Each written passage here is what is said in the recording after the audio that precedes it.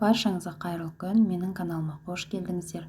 Бүгін сіздермен тауықтың төс етін шырынды етіп дайындаймыз.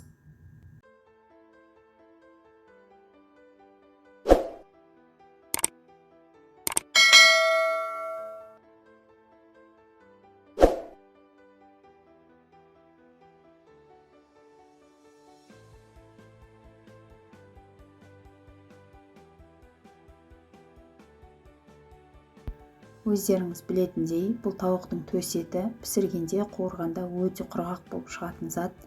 Сондықтан осының қалыңдығын екіге бөліп алып, сондай салафанға салып, үстінен жақсылап тұрып ұрып аламыз. Етін жұқартамыз. Еттің қалыңдығы примерно 1 сантиметрдей болды менде.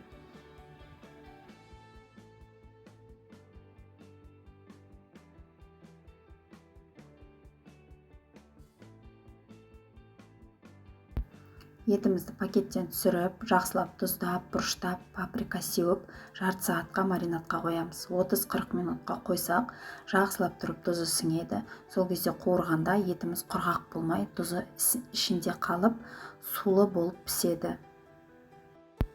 3 минуттан қатты отта жақсылап екі жағын шыжғырып қуырып аламыз.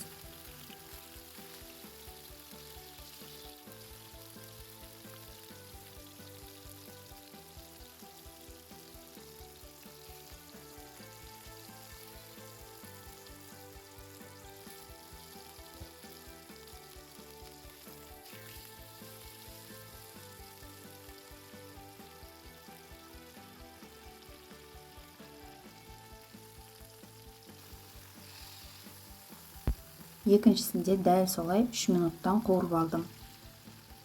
Дайын болған тауықтың төс етін салат цезарьге пайдалансаңыздар болады, немесе қасына гарнир қосып тамақ ретінде берсеңіздер де болады.